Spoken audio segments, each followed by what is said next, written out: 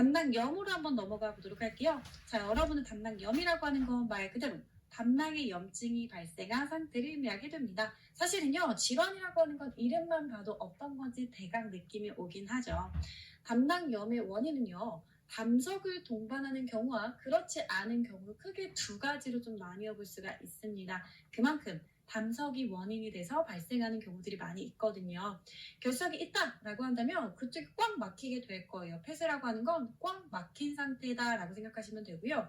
그러다 보니까 안쪽에 있는 담즙들이 나오지 못하고 정체가 됩니다. 그래서 염증이 발생을 하게 돼요. 제가 다시 그림을 한번 그려보도록 할게요. 담낭이 있습니다. 담관이 있고요. 만약 담석 때문에 꽉 막힌 상태입니다. 그러면 원래는 여기 있던 담즙들이 아래로 내려가 줘야 되는데 내려가지 못하니까 이 녀석들 때문에 염증이 발생을 하게 되더라라는 것들. 담석을 동반하지 않는 경우는 여러 가지 것들이 있거든요. 한번 쓱 보시면 되고요. 담낭염의 증상에서 머피 징후는 여러분들이 꼭 기억해 주시기 바랍니다. 별표죠? 이름이 머피 징후예요. 우리가 실제로 성인간호학에서는 여러 가지의 징후들이 나오죠. 그러다 보니까 간혹 가다가 이 징후가 이 질환이었나가 많이들 헷갈리시거든요. 그러니까 이번에 헷갈리지 않도록 정확하게 암기하는 게 너무나 중요하다라는 거 말씀드릴게요. 담낭에 염증이 있을 때 어떤 징후? 머피 징후. 머피의 법칙이라는 혹시 노래 아시나요? 자, 머피의 법칙처럼 갑자기 아플 때 담낭염을 생각해야 된다. 이렇게 한번 암기해보면 어떨까 싶습니다.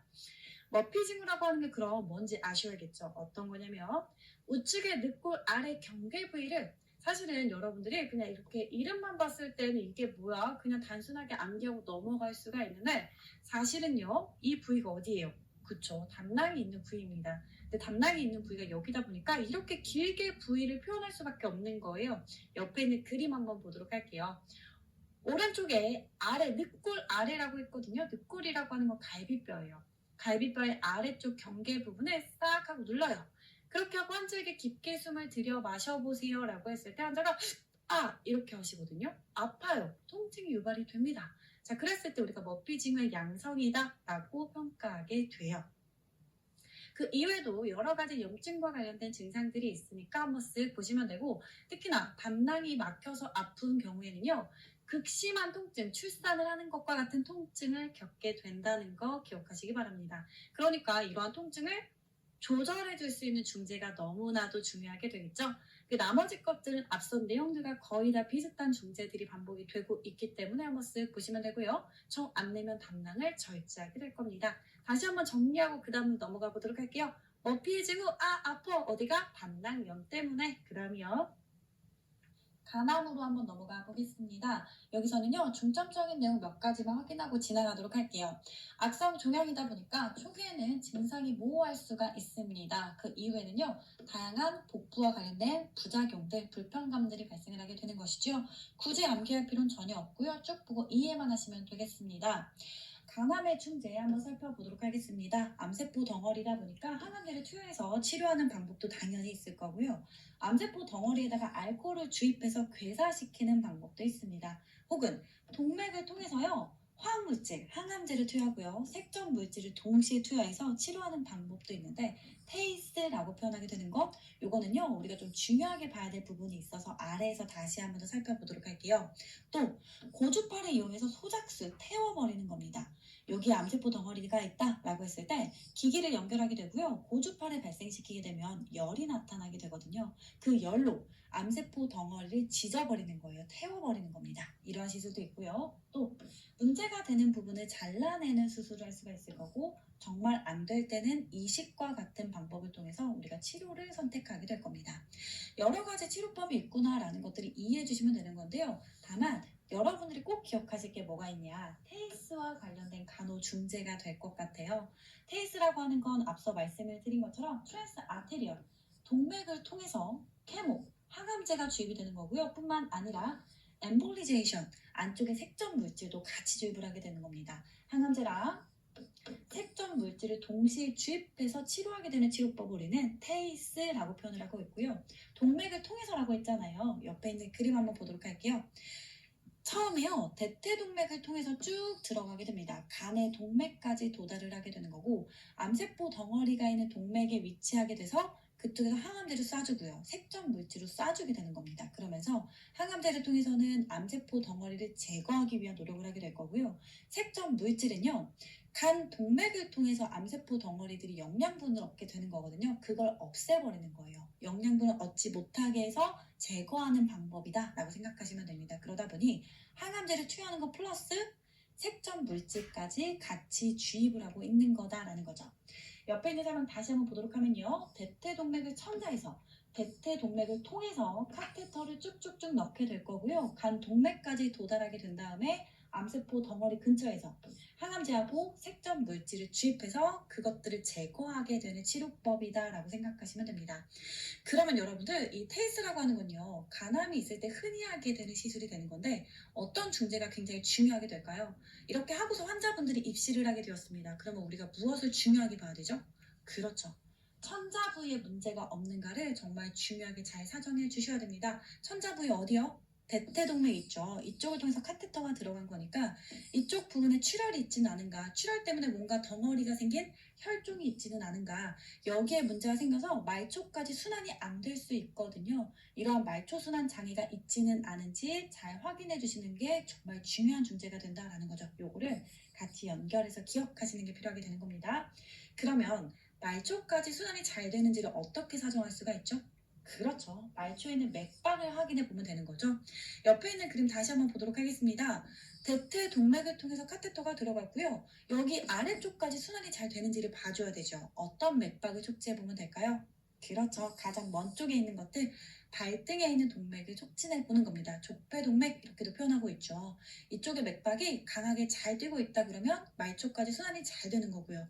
뭔가 문제가 있어서 제대로 순환이 되지 않는다고 한다면 맥박이 약해지거나 소실될 수도 있겠죠. 그러니까 이러한 것들을 잘 체크하는 게 너무나 중요하다라는 겁니다. 테이스를 하고 온 환자가 있다? 그러면 말초까지 순환 장애가 있지는 않은지 혹은 천자한 부위에 문제가 있지는 않은지 이런 부분들을 간호사로서 잘 사정해 줘야 된다라는 걸 기억하도록 합니다. 여러분들이 조금 더 주의 깊게 봐주셔야 될 부분은요. 간 절제술 전의 간호와 간 절제술 후의 간호가 될 겁니다. 조직에 뭔가 문제가 생겨서 그쪽을 떼어내는 수술을 할 수가 있을 텐데요. 떼어내는 수술을 할 거다라고 한다면 어떤 것들을 좀 중요하게 봐야 될까요, 여러분들?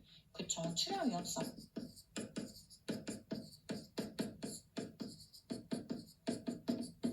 간에 대한 검사를 할 거니까 당연히 간 기능 검사를 시행하게 되는 것이고요. 우리가 이런 수술을 했을 때 출혈의 합병증이 유발될 수도 있으니까 그런 것들을 예방하기 위한 적절한 중재를 먼저 수행하게 될 겁니다. 응고인자 결핍이 되어 있다라고 한다면 보충을 하게 되는 거고요. 비타민 K를 투여할 수가 있는데 비타민 K의 어떤 작용을 갖고 있죠? 혈액을 응고하는 것.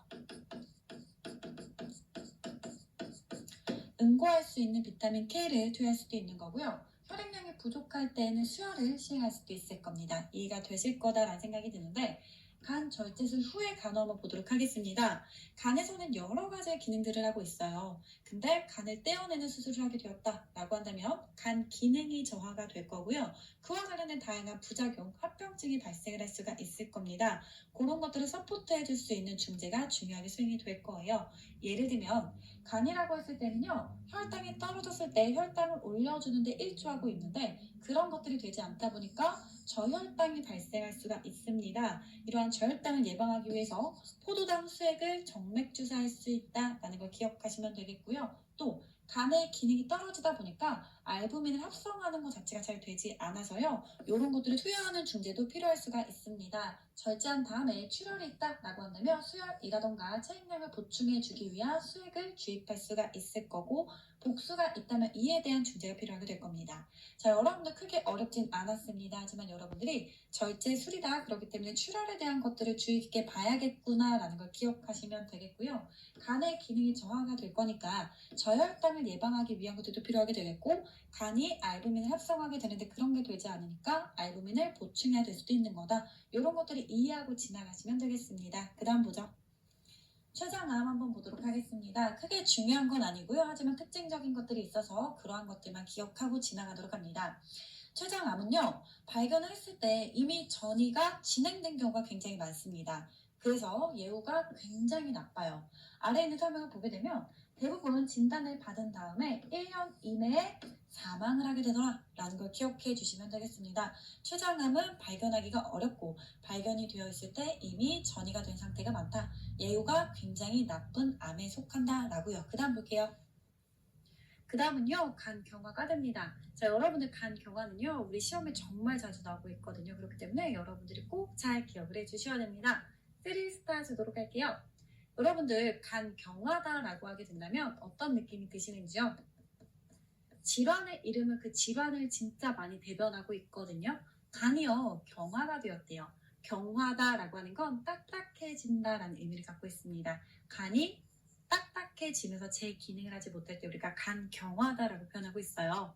간 같은 경우에는 정말 많은 기능을 하고 있다 보니까 간이 본인의 기능을 하지 못하게 되면 그에 따른 심각한 증상들이 나타나게 됩니다. 그 질환이 간 경화가 되는 거고요. 지금부터 본격적으로 내용을 한번 살펴보도록 할게요. 원인을 보게 되면요. 주로 만성 간염에 의한다라고 표현이 나와 있습니다. 우리가 앞서 배웠었는데 혹시 기억나시는지요? 만성 간염에는 뭐가 있었죠? 맞아요. B형과 C형이 있었습니다. 그러면 급성은요? 그래요. A형이요. 요거 한번 짚고서 내용 보려고 합니다. 만성 간염, 다시 말해 간의 염증이 만성적으로 지속이 되다 보니까 이게 자극이 되어서 간이 딱딱해지게 되면서 문제가 되더라라는 거예요. 이외에도 알코올 섭취를 너무 많이 하게 되었을 때도 간 경화가 발생을 할 수 있긴 합니다. 병태 생리를 보게 되면 간세포가 파괴가 되었다가 회복이 되는 것, 재생이 되는 것들이 지속적으로 반복이 되었던 거예요. 그러다 보니까 정상세포가 나중에는 꽂힐 수 없을 정도로 딱딱해지게 될 때 그때 우리가 간 경화다라고 표현하고 있습니다. 이렇게 되게 되면 조직세포들이 본인의 기능을 하지 못하게 돼요.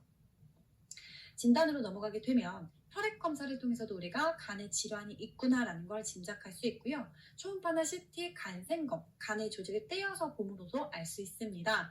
여러분들 혈액 검사에서 요거는 꼭 기억을 해주셔야 됩니다. 제가 앞서 한번 말씀을 드렸었는데 혈중의 효소치가 간에 있어서 중요한 게 있습니다. 어떤 게 있을까요? AST 또 ALT 이 두 가지 수치는 꼭 기억을 해주세요. 간과 밀접하게 연관이 되어 있다.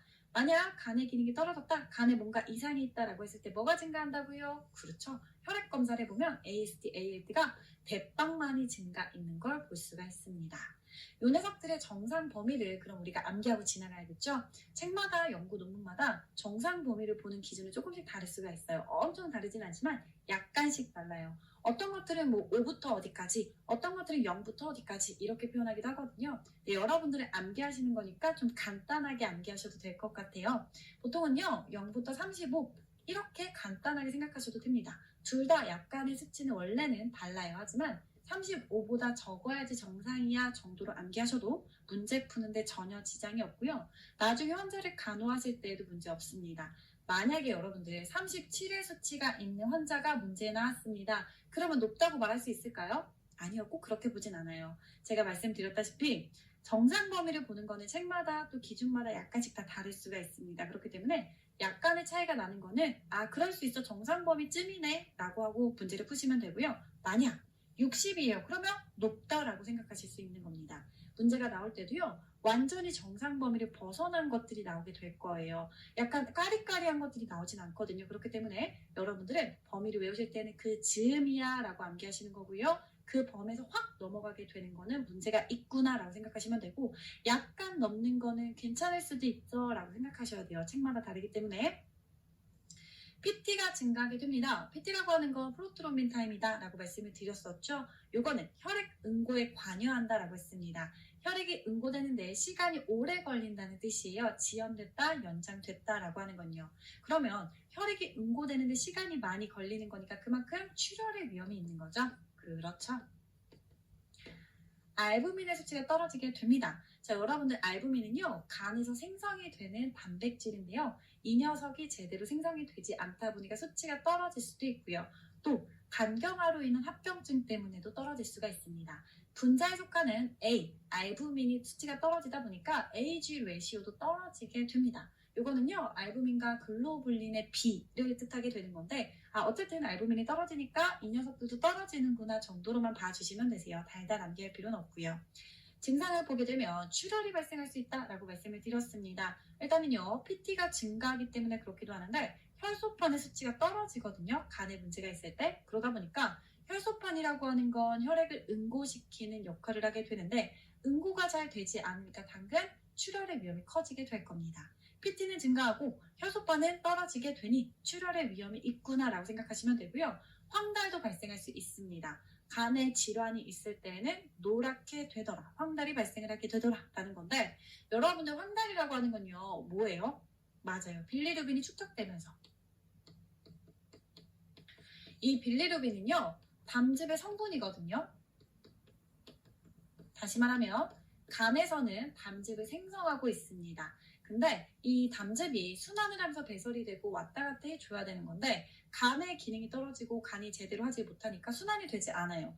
이 녀석이 축적이 됩니다. 이 안에는 빌리루빈이 포함이 되어 있다라고 말씀을 드렸죠. 담즙이 축적이 되다 보니까 어때요? 그래요. 노랗게 생깁니다. 빌리루빈 때문에 노랗게 색깔이 변하게 되는 거예요. 그래서 간에 질환이 있을 때는 황달이 발생을 한다라는 것들 기억해 주시면 되고요. 간의 질환 때문에 뇌에도 문제를 발생이 되는데 요거는요 그 다음 페이지에 나오는 합병증을 보면서 얘기 나눠보도록 할게요. 감염도 있을 수가 있고요. 또 회색변이나 진한 소변, 요거는 제가 앞에서 여러 번 말씀을 드렸습니다. 빌리루빈이 속해 있는 담즙이 제대로 배설이 되지 않다 보니까 소변색은 대빵 진한데 배변의 색은 흰색에 가까운 색을 보일 수가 있더라.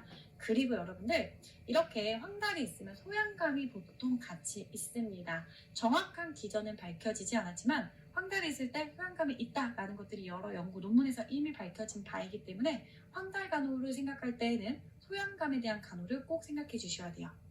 오심이나 소화불량, 복부와 관련된 여러 가지 증상들이 나타나게 되고요. 진행이 되게 되면 여러 가지 합병증이 또 생기게 될 겁니다. 여러 합병증은요, 그 다음 페이지에서 우리 보도록 할게요. 합병증 한번 보도록 하겠습니다. 합병증이다라고 했을 때 너무나 자주 우리 국시에 출제가 되고 있기 때문에 여러분들이 소스타 주면서 꼭 기억을 해 두셔야 됩니다. 별거 아닌데요. 내가 잘 모르고 있을 땐 헷갈릴 수가 있습니다. 특히나 상승이다, 저하다 이런 것들 헷갈릴 때가 있죠. 그런 것들 헷갈리지 않도록 제가 잘 설명을 해드릴 거니까 귀 쫑긋 집중해 주시기 바랍니다.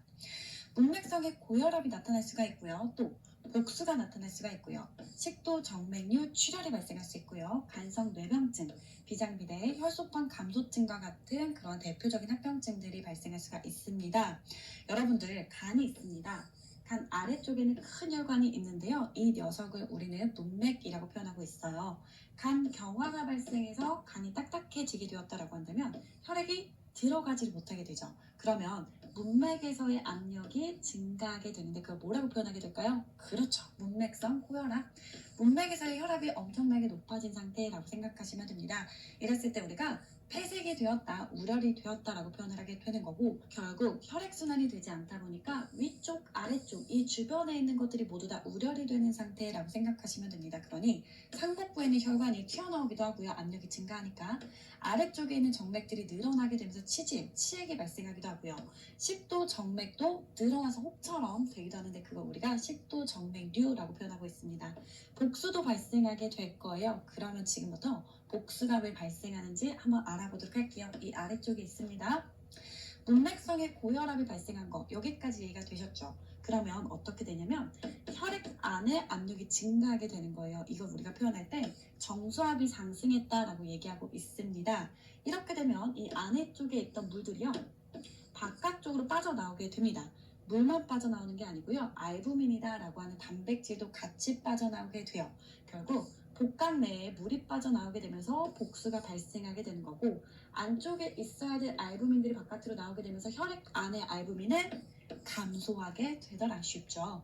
이쪽에는 압력이 증가하다 보니까 복강 내로 물이 빠져나오게 되면서 복수가 발생하는 것. 근데 혈청 안에 있어야 돼, 혈액 안에 있어야 될 알부민도 빠져나오다 보니까 혈청 알부민의 수치는 감소하겠구나. 그리고 복수가 차다 보니 체중은 당연히 증가하겠죠. 그 다음이요. 식도, 정맥류가 발생할 수 있다고 했습니다. 이렇게 류가 발생한 것들은요. 혹처럼 부풀어서 늘어나 있는 거예요. 그러다 보니까 굉장히 약해요. 약간의 압력을 받아도요. 쉽게 파열할 수가 있습니다. 그렇게 되면 출혈이 되는 것이지요. 이런 것들도 발생할 수 있다고 생각하시면 돼요. 그 다음이요. 간성뇌 병증이 나오고 있습니다. 3스타. 간성뇌 병증이다라고 하는 건 정말 자주 출제가 되고 있기 때문에 어떤 것인지 알아야 되는 거고, 이랬을 때 어떠한 중재가 필요한지도 이해하고 계셔야 됩니다. 간의 기능이 너무나 떨어지게 되면서요, 뇌에도 영향을 미치게 되었을 때 간성뇌 병증이라고 표현하고 있습니다. 간은요, 암모니아라고 하는 물질을요, 요소로 변화시켜서 바깥으로 배설이 될 수 있도록 합니다. 암모니아는 독성 물질이에요. 근데 요소는요, 무독성이에요. 독성이 없습니다. 암모니아가 많이 쌓이게 되면 우리는요, 신경학적인 장애가 발생을 하게 돼요. 뇌에 영향을 미치게 된다라고 생각하시면 돼요. 그 중요한 역할을 간이 하고 있는 건데, 간이 딱딱해지게 되면서 기능을 잃어버렸어요. 그러면 암모니아를 요소로 변화시키지 못하죠. 결국 암모니아가 쌓이게 된다라고 생각하시면 됩니다. 그렇게 되었을 때 뇌에 영향을 미치게 되면서 의식의 변화, 진압력이 없어지기도 하고요. 퍼덕이기 진전이 발생하기도 합니다. 퍼덕 떨림 이렇게 표현하기도 하는데, 옆에 있는 그림 한번 보도록 할게요. 이거요. 손을 하이파이브 하듯이 이렇게 밀어봐요. 밀고 나면 원래는 그냥 훅 가만히 있으면 되는 건데, 이 녀석이 앞뒤로 손이 떨리는 증상을 보이게 됩니다. 퍼덕퍼덕 하듯이요. 이랬을 때 우리가 간성뇌 병증의 특징적인 증상이구나 라고 생각을 하고 있다라고 생각하시면 돼요. 이런 것들도 볼 수가 있고요. 또 심할 때는 발작이 나타날 수도 있더라. 비장이 비대해지게 됩니다. 간 근처에 있는 것들이 모두 다 우려리 된다라고 했죠. 비장의 조직이 비대해지게 되면서요, 적혈구를 마구마구 파괴하게 될 거고, 빈혈이 발생을 하게 되는 거, 또 혈소판의 감소증이 나타나게 되다 보니까 혈소판이 혈액을 응고시켜주는 건데, 이 녀석들의 수치가 떨어지게 되고 출혈의 위험이 증가하게 된다라고 기억하고 지나가 주셔야 됩니다. 중재 한번 보도록 하겠습니다. 중재와 관련해서도요, 여러분들이 너무나 중요한 것들이 많이 나오고 있으니까 꼭 기억을 해 두셔야 되는 것들 투스타 주도록 할게요. 일단은요, 식도 정맥류를 관리하는 게 필요하게 될 겁니다. 정맥이 늘어나 있는 부분들은 약하다라고 말씀을 드렸죠. 그러다 보니까 약간의 자극, 약간의 압력에도 터질 수가 있어요. 이런 것들에 대한 관리가 너무나 중요하다라는 걸 기억하도록 합니다. 식도 정맥류가 파열되게 되면요, 정말 어마무시한 양의 출혈량이 발생을 하게 됩니다. 어떤 약물을 투여할 수 있을까요? 혈관을 수축할 수 있는 바소프레신 혹은 베타 차단제를 투여하게 됩니다. 혈관 수축. 그리고요, 이렇게 늘어나져 있는 부분을 묶어줄 수도 있고요. 늘어나져 있는 부분이 있다라고 했을 때 이 부분에 경화제, 딱딱하게 굳힐 수 있는 약물을 주사할 수도 있을 겁니다. 그리고 SB 튜브를 삽입하는 것들도 도움이 될 건데요. SB 튜브다라고 하는 걸 제가 한번 그려보도록 할게요.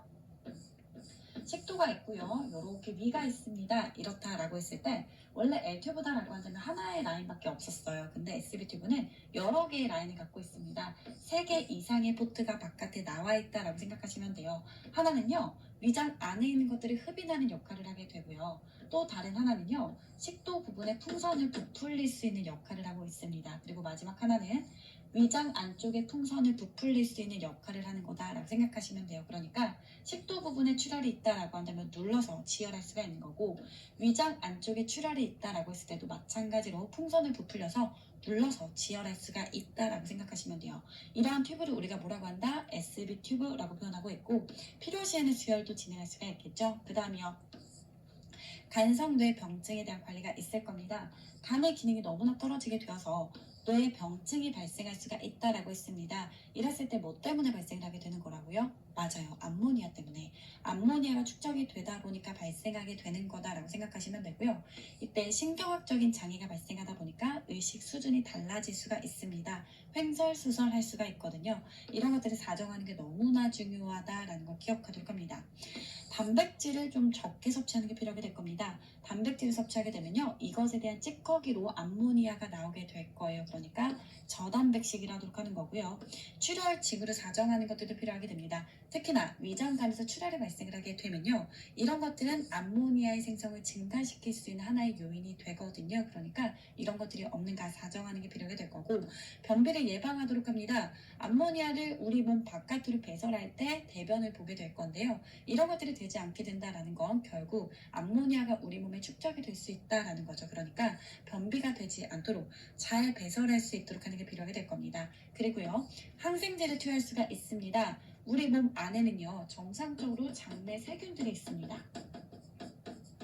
이 세균들은요, 암모니아를 생성하고 있거든요. 그러니까 이 세균 자체를 억제하는 거예요. 제거하게 되면 암모니아가 생성되는 것들을 억제할 수 있습니다. 그래서 여기서 항생제를 투여하겠다라는 얘기가 나오고 있는 거고요. 대표적으로 어떤 게 있을까요? 맞아요. 네오마이신이요. 이와 같은 항생제를 투여해서 암모니아가 생성되는 것들을 억제한다라고 생각하시면 됩니다. 락툴로스를 투여해서요, 관장할 수도 있고 경구로 복용할 수도 있을 겁니다. 이것도 마찬가지예요. 관장을 함으로 인해서 바깥으로 배설이 잘 될 수 있도록 도와줄 수도 있고요. 이 녀석은요, 생성이 되는 것들도 억제해주는 작용을 하고 있습니다. 락툴로스 관장은 정말 자주 출제가 되고 있는 거니까 여러분들 머릿속에 콕 집어 넣어 놓으셔야 돼요. 암모니아가 우리 몸에 축적이 되어 있을 때 1차적으로 우리가 우선적으로 치료할 수 있는 게 뭐가 있다고요? 락툴로스 관장을 하고 있다라는 거 생각하시면 되겠습니다. 경구로도 투여할 수가 있긴 한데요. 경구로 복용하게 되었을 때 복부의 불편감을 잘 유발할 수가 있어서 관장을 많이들 임상에서 택하고 있습니다. 그 다음이요. 안전 관리가 나오고 있습니다. 이거 너무나 중요해요. 간성뇌 병증이 있다라고 한다면 의식 수준이 떨어지게 되고요. 본인이 본인의 몸을 잘 가누지 못할 때가 많습니다. 그러다 보니까 안전에 있어서 낙상을 하거나 손상을 받기가 너무나 쉬운 거예요. 그때 중요한 게 뭐래요? 침상 난간을 올려두고 침상에서 떨어지지 않도록, 낙상이 발생하지 않도록 예방하는 게 너무나 중요하다는 거 꼭 기억하도록 하겠습니다. 간성뇌 병증과 관련된 관리, 중재 이런 것들은 시험에 잘 출제가 되는 거니까 여러분들이 이해하고 가시는 게 필요하다, 다시 한번 더 강조하도록 할게요. 제가 하나 얘기를 해드릴게요. 병원에 있을 때 중환자실에 환자가 입실하게 되었습니다. 간 기능이 저하가 되어 있었고요. 암모니아 수치가 조금씩 오르고 있던 시점이었어요. 근데 어느 순간 됐는데 환자가 갑자기 횡설수설하더라고요. 그러다가 어느 시점이 되니까 갑자기 침상 난간을 잡고 몸을 막 움직이기 시작하는 거예요. 너무나 깜짝 놀랐죠. 그때 검사를 해보니까 암모니아 수치가 너무 확 올라 있던 거예요. 다시 말하면 간성뇌병증이 발생한 상황이었다라는 겁니다. 자칫 잘못하면 환자가 떨어질 수 있는 상황이었어요. 그래서 그때 바로 옆에서 환자를 케어했던 경험이 있습니다. 안전 관리가 너무나 중요하다라는 거 이제 감이 좀 오시지요. 간성뇌 병증이 있을 때 발생할 수 있는 문제 중에 하나가 될 겁니다. 복수를 관리하는 게 필요하게 됩니다. 앞서 설명을 해드렸던 것처럼 복수가 발생할 수가 있으니까요. 이런 것들을 바깥으로 배설할 수 있는 게 필요하게 됩니다. 이뇨제를 투여할 수도 있고요. 수분의 섭취를 제한할 수도 있을 거고요. 심할 때에는 복수를 첨자할 수가 있을 겁니다. 복수가 가득 차게 되면요, 여러분들 숨쉬기도 어려워져요. 우리가 뭔가를 많이 먹었을 때 숨차잖아요. 마찬가지입니다. 배 쪽에 물이 가득 찼다고 생각을 하게 되면 횡격막이 위로 올라오게 되면서 숨쉬기가 어려워지게 되고요. 이로 인한 호흡 곤란을 유발할 때가 있거든요. 그러니 이럴 때는 복수천자가 필요하게 될 거고, 또 산소를 투여하는 중재들도 필요하게 될 겁니다. 그리고 숨을 좀 잘 쉴 수 있는 체위가 도움이 될 텐데 뭐한대요? 반좌이를 취해줄 수가 있더라라는 걸 기억하도록 합니다. 복수라고 하는 게 복수에서 끝나는 게 아니라 호흡과도 연결이 된다라는 걸 기억해 두시면 되는 거예요. 시기를 조절하는 게 필요하게 될 겁니다. 안 그래도 복수가 있는 상황이기 때문에요. 저염식이 제공을 해야 된다는 거 이해가 되시죠? 그리고 부담스럽지 않도록 소량씩 자주 식사하도록 하는 것들, 만약에 알코올 때문에 발생하게 된 간경화다라고 한다면 지용성의 비타민이 흡수가 잘 되지 않기 때문에 이런 것들을 투여하는 것도 필요하다라는 건데요. 크게 중요하지 않습니다. 여기서 여러분들이 정말 중요하게 봐주실 거는요. 식도 정맥류 관리, 간성뇌 병증 관리, 복수 관리, 이 부분들을 꼭 기억해 두셔야 되는 거고요. 식이 조절을 보게 되면 복수가 차지 않도록 하기 위해서 저염식을 제공하게 되는 것, 간성뇌 병증이 있을 때는 단백질의 섭취를 제한하는 게 필요할 수 있다는 걸 기억하고 넘어가도록 하겠습니다. 그 다음 볼게요. 황달입니다. 황달이라고 하는 건 어떻다고 그랬죠? 노랗게 된다는 거예요. 앞서 말씀드린 대로 여러 가지 원인 때문에 노랗게 될 수가 있는데, 황달이라고 하는 건 뭐가 축적되는 거? 그렇죠, 빌리루빈. 빌리루빈이라고 하는 물질이 축적이 되게 되면서 이 물질 때문에 노랗게 보이게 되는 건데, 여러 가지의 원인에 의해서 발생을 할 수 있습니다. 이건 크게 중요한 건 아니라서 슬쩍 보고 진행하도록 할게요. 황달이 있을 때 어떤 증상이 주로 많이 보인다 그랬죠? 맞아요, 소양증. 소양증이라고 하는 건 간지러움증을 얘기하는 거죠. 또 노랗게 보일 겁니다. 눈 안쪽에 공막이 있는데 공막이 노랗거나 피부도 노랗게 될 거고요. 빌리루빈이 배설이 제대로 되지 못하는 상태니까 소변은 그래요, 진하고, 대변은 하얗게 되고, 이거 우리 진짜 많이 반복한 거죠. 피로하고 식욕 부진과 같은 증상도 나타날 수가 있습니다. 원인 질환이 있다면 이런 것들이 치료하는 게 필요하게 될 거고요. 소양증이 발생을 하게 된다라고 말씀을 드렸죠. 간지러움증이 있으니까 이와 관련된 여러 가지 피부 관리, 또 손톱은 짧게 유지하도록 합니다. 손톱 때문에 긁다가 상처날 수 있으니까요. 외과적 관리도 있을 겁니다. 외과적이라고 했으니까 뭔가를 하게 되는 거잖아요. 그랬을 때 우리가 담즙이 제대로 배액이 되지 않아서 빌리루빈이 축적이 되는 거다라고 한다면 담즙을 바깥으로 배액할 수 있는 총담관 조루술. 자, 여러분이 조루술이라고 하는 건요, 바깥으로 빼준다라고 생각하시면 돼요. 대표적으로 뭐가 있다? 뒷튜브, T자 모양의 배액관을 넣어서 담즙을 바깥으로 배액해줄 수 있는 것들도 할 수 있을 겁니다. 요거는 크게 중요한 건 아니니까 황달일 때 이런 것들이 있구나 정도만 이해하고 넘어가시면 되는데, 황달이라고 하는 게 우리가 간 쪽에서 많이 봤잖아요. 간 경화라던가 이럴 때 중요하게 다뤄줬으니까 어떠한 증상이 있고 그럴 때 중대는 뭐가 있고 정도만 살짝 더 주의 깊게 봐주시면 되겠네요. 영양 불균형의 충제로 한번 넘어가 보겠습니다. 위장 관계에 문제가 발생을 하게 되면 영양분의 섭취가 어려울 거예요. 그러다 보니까 불균형 상태가 나타날 수가 있는데요. 이런 것들을 교정하기 위해서 위장관을 삽입할 수도 있고요. 또 피부경유, 내시경, 위창냄수를 시행할 수가 있습니다. 간단하게 PEG라고 표현하기도 하거든요. 하나하나 살펴보도록 할게요. 위장관이다라고 하는 건 여러분들이 너무나도 잘 알고 있는 L튜브와 같은 것들이 있죠. 여기 있는 내용들 한번 쓱 읽어보시면 되겠고요. 아마 제가 기본간호학에서 굉장히 중요하게 여러 가지의 것들을 말씀드리고 있는데 그거 위주로 살펴봐 주시면 되겠습니다. 성인간호학에서는요, 단독적으로 이게 나오기에는 조금 어려울 거예요. 워낙 중요한 내용들이 많아서요. 다만 기본간호학에서 굉장히 중요하게 나오고 있는 부분이니까 꼭 암기해 두시기 바랍니다. PEG에 대한 내용 살펴보도록 하겠습니다. PEG다라고 하는 건요, Percutaneous Endoscopic Gastrostomy 를 의미하고 있습니다. 이름 그대로가 되는 건데, 피부를 경유해서 내시경 관을 삽입해서 위쪽에다가 스토미를 만들어주는 거예요. 어떠한 통로를 만들어주는 것이라고 생각하시면 돼요. 그래서 우리는 이거를 피부 경유, 내시경, 위창냄술이라고 표현하고 있죠. 옆에 있는 크림 한번 보도록 할게요. L튜브 같은 경우에는 코를 통해서 관을 넣게 되는 거겠지만 요 PEG다라고 하는 건요, 위에다가 바로 관을 삽입하게 되는 상태를 의미하게 됩니다. 겉으로 볼 때는요, 이렇게 마개 정도만 나오게 될 거예요. L튜브를 통해서는 단기간에 우리가 뭔가를 넣을 수 있겠지만 장기적으로 영양을 공급하게 될 거다라고 했을 때 PEG를 생성하게 될 거다라는 거고요. 그 아래 있는 중재 이해하고 넘어가도록 하겠습니다. 삽입하는 시술을 받게 되었습니다. 그러면 그 당일 혹은 그 다음 날부터 영양 공급을 시행할 수 있습니다.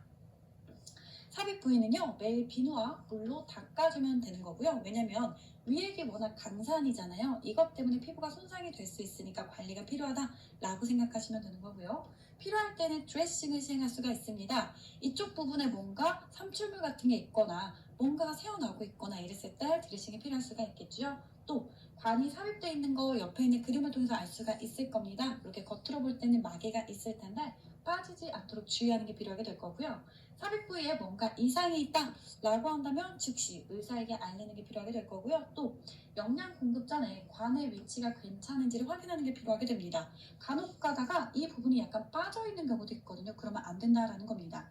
영양을 공급하기 전에 꼭 괜찮은지 먼저 확인을 해 주셔야 되는 거고, 영양을 공급할 때 그리고 공급한 후에도 어떻게 한다? 침상머리를 올려주는 게 필요하게 됩니다. 어쨌든 간 여러분들, 위장 안쪽에다가 영양분을 제공하게 되는 것이죠. 누워있는 자세를 하게 되면 역류할 수가 있고요. 흡인이 될 수가 있기 때문에 상체를 올려주는 자세를 유지해야 된다는 걸 기억하도록 합니다. 여러 가지 중요한 내용들이 나왔죠? 이해하고 가시면 되겠습니다. 옆에 있는 그림 잠깐 보려고 해요. 사실 이거는요, 제가 임상에 관련된 내용을 좀 말씀드리고 싶어서 넣은 그림입니다. 옆에 있는 걸 보게 되면 PEG다라고 얘기를 했죠. 이거는요, 가스트로스토미입니다. 위장에다가 바로 삽입하게 된 관이다라는 의미인 거고요. 이거는요, PJ예요. 제주넘에다가 넣은 겁니다. 여기 보이시죠? 공장이거든요. 공장을 영어로 하게 되면 제주넘이 되는 거고요. 이 부분에다가도 직접 관을 삽입해서 영양분을 제공하기도 합니다. 이런 것들도 있구나. 그 다음 볼게요. 마지막으로 마인드맵 보면서 총 정리하는 시간을 갖도록 하겠습니다. 섭취, 흡수, 대사, 장애와 관련된 파트들은요, 정말 많은 문제들이 우리 국시에 출제가 되고 있습니다. 그렇다 보니까 여러분들이요, 많은 내용이라 조금 힘들긴 하겠지만 그래도 중요한 부분들을 정확하게 암기하고 가는 게 필요하다는 거 말씀드리겠습니다. 메이저 파트 중에서도 메이저가 되는 거예요. 꼭 알고 가셔야 됩니다. 보도록 합니다. 일단은요, 우리가 위장 관계에서요, 복부의 신체 사정이 조금 다르다라는 걸 배웠습니다. 일반적으로는요, 식, 촉, 타, 청 이 순서로 가게 되는 건데 복부다라고 했을 때는요, 촉진과 같은 것들이 영향을 미칠 수가 있기 때문에 마지막으로 빠집니다라고 했습니다. 어떻게요? 시, 청, 타, 촉 이런 것들 별거 아닌 것 같긴 하지만 여러분들 간혹 가다가 시험에 나왔을 때는 헷갈릴 수가 있거든요. 그러니까 다시 한번 더 이해하고 넘어가도록 합니다. 진단 검사에서도요 여러 가지 내용들이 있었습니다. 특히나 위장 간의 검사다라고 했을 땐 검사하기 전에 뭐가 필요해요? 꼭 그렇죠, 음식. 기본적인 내용이지만 한 번 더 기억하고 간다라고 생각해 주세요. 그 다음이요, 구강과 식도로 한번 넘어가 보도록 하겠습니다. 위식도 역류 질환이라고 하는 건요, 그렇죠, 식도로 넘어오게 되는 상태를 얘기하게 되는 거고, 이랬을 때 우리가 해야 될 중지들 여러 가지 것들이 있었으니까 다시 한번 더 기억하도록 하면 될 것 같습니다. 아래 있는 내용들은요 제가 실제로 수업을 하면서 중요하다 말씀드렸던 부분들 있죠. 거기 있는 것 위주로 암기해 주시고요. 위 12지장 장애로 한번 넘어가 보도록 하겠습니다. 급성과 만성으로 나뉘어지게 되었는데 만성이다라고 하는 건 여러 번의 재발이 있을 때 발생할 수 있는 위험이라고 생각하시면 되는 거죠. 소화성의 궤양으로 넘어가게 되면 크게 두 가지로 나눌 수가 있다라고 했습니다. 원인이 조금 달랐잖아요. 그 다름에 따른 증상도 달랐던 거 다시 한번 더 기억해 두시면 되겠습니다. 여러분들 여기서 잠깐 퀴즈 한번 내보도록 할게요. 대표적인 원인균 요거는 꼭 알고 계셔야 됩니다 라고 말씀을 드렸는데 그게 뭐가 있었죠? 그렇죠, 헬리코박터 파이로리 균이 있었습니다. 꼭 기억을 해주셔야 되는 거고요. 위궤양이다 라고 하는 건 위 점막이 약해지게 되면서 발생을 하게 되는 거고, 12지장 궤양은 뭐 때문에? 그렇죠, 위산이 너무나 많이 분비가 되면서 12지장의 점막이 손상이 되어서 발생하는 거다라고 말씀을 드렸습니다. 음식이 있을 때 없었을 때 어떠한 차이점이 있었는지 다시 한번 더 꼭 기억해 두시고요. 그런 거 헷갈리면 안 되는 거예요. 위암으로 한번 넘어가 보게 되면 조직 생검을 했을 때 확진할 수 있다, 기본적인 내용이 될 거고요. 정말 중요한 것 중에 하나가 뭐였어요? 덤핑 증후군이었죠, 여러분들. 덤핑 증후군이다 라고 하는 건 언제 증상이 발생하느냐에 따라서 조기 그리고 후기로 구분할 수가 있었습니다. 후기다라고 했을 땐 인슐린이 과잉으로 분비가 되면서 저혈당을 유발할 수가 있고 이와 관련된 증상들이 나타나고 있었습니다. 기억해 주시면 될 것 같고요. 정말 중요한 건 뭐예요? 이러한 증상이 예방하기 위해서 중재를 해야 된다라는 걸 기억해 두시면 되겠습니다. 다른 일반적인 질환들은요, 지방의 섭취를 권장하지 않는데요. 유일하게 덤핑 증후군일 때 우리가 뭐예요? 지방이 있는 음식을 섭취하도록 하고 있는 것이죠. 이런 것들 특징적인 내용들 꼭 기억해 두시기 바랍니다. 소장과 대장의 장애로 한번 넘어가 보도록 하겠습니다. 여러 가지 염증과 관련된 내용들이 나오고 있었습니다. 각각의 특징적인 증상들 그리고 중지에 대한 것들 꼭 기억을 해 두셔야 되는 거고, 어떠한 증상을 봤을 때 어떠한 질환이구나라는 걸 연결할 수 있어야 된다는 거 말씀드리겠습니다. 크론병과 궤양성의 대장염은 우리가 비교하면서 봤었잖아요. 여기서도 하나 퀴즈를 내보도록 할게요. 궤양성 대장염일 때 특징적인 증상은 뭐였죠? 변의 양상이 어떻다? 그래요, 혈변. 혈변이 특징적으로 많이 나타나게 되는 건 궤양성 대장염이었죠. 이런 것들 헷갈리지 않도록 하겠습니다. 암이 있습니다 그랬을 때 우리가 장루를 할 수가 있을 텐데요. 장루와 관련된 여러 가지 중재들이 있었습니다. 실제로 임상에서 우리가 근무를 하게 되면 장루 관리에 대한 것들을 교육하게 될 거예요. 그러다 보니까 우리 국시에서도요, 어쩔 수 없이 장루와 관련된 것들을 많이 물어볼 수밖에 없다라고 생각하시면 됩니다. 거기에 여러 가지 내용들이 있었죠. 어렵지 않기 때문에 여러분들이 보시고 또 문제집 푸시고 하시면서 연결시켜서 정확하게 암기하는 게 필요하다라는 걸 말씀드립니다. 기타 장애 있는 것들을 쓱 한번 봐주시면 될 것 같고요. 그 다음 진단검사로 넘어가게 되면 간 생검을 할 때 그리고 조영제를 투여해서 촬영을 하게 되는 여러 가지 검사들에 대한 내용들 살펴보게 되었습니다. 특히나 조영제다라고 하는 건 알러지를 유발할 수 있기 때문에 이런 것들이 발생하지 않는지 주의 깊게 모니터링하는 게 필요하게 될 거고요. 또 알러지를 유발할 수 있는 그런 음식에 대해서 확인하는 것들이 필요하다고 했거든요. 어떤 거였죠? 맞아요. 요오드가 많이 함유가 되어 있는 미역이나 다시마 이런 것들에 대해서 알러지가 있는지 없는지를 확인하는 것도 필요하게 될 겁니다. 다음 담도 췌장 장애로 한번 넘어가 보도록 하겠습니다. 췌장의 염증이다 라고 했을 땐 급성과 만성으로 나뉘어지게 되었고요. 여기서도 퀴즈 한번 내보도록 할게요. 급성이다 라고 했을 때 혈액 검사하게 되면 특징적으로 증가하게 되는 게 있다라고 했습니다. 그게 뭐였죠?